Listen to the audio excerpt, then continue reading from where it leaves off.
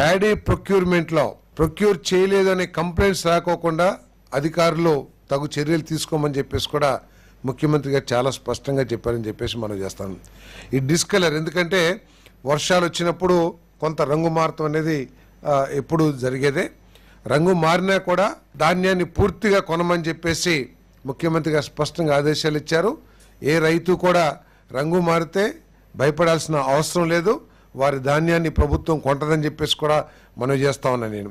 ఒకవేళ లాస్ ఈ వర్షాల మూలంగా లాస్ తక్కువ ఉంటే గనక అది రాష్ట్ర ప్రభుత్వమే భరిస్తుందని చెప్పేసి, అదేవిధంగా పెద్ద ఎత్తున నష్టం ఏదన్నా జరిగి ఉంటే గనక ఈ డిస్కలర్ ద్వారా కానీ వేరే ద్వారా కేంద్ర ప్రభుత్వ సహకారం కూడా తీసుకుని నష్టపరిహారాన్ని అందిస్తామని చెప్పేసి ముఖ్యమంత్రి గారు చెప్పారు. కాబట్టి రైతులకి ఎటువంటి ఇబ్బంది లేకుండా ఈ ప్రభుత్వం అన్ని చర్యలు తీసుకుంటుందని చెప్పేసి మనం చేస్తాను.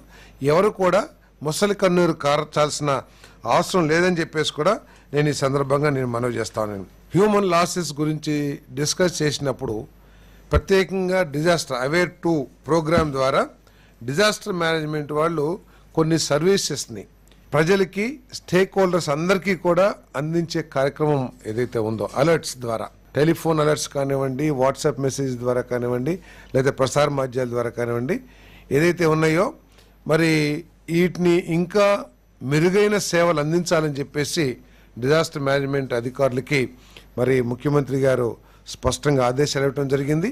1 నెల రోజుల్లో 30 సర్వీసెస్ని అందరు స్టేక్ హోల్డర్స్కి అందించే విధంగా మరి కార్యాచరణ రూపొందించమని చెప్పేసి కూడా చెప్పారు. దీంట్లో హీట్ వేవ్స్ గురించి కానివ్వండి, భూగర్భ జలాల గురించి కానివ్వండి, వర్షపాతం గురించి కానివ్వండి, తుఫాన్లు కానివ్వండి,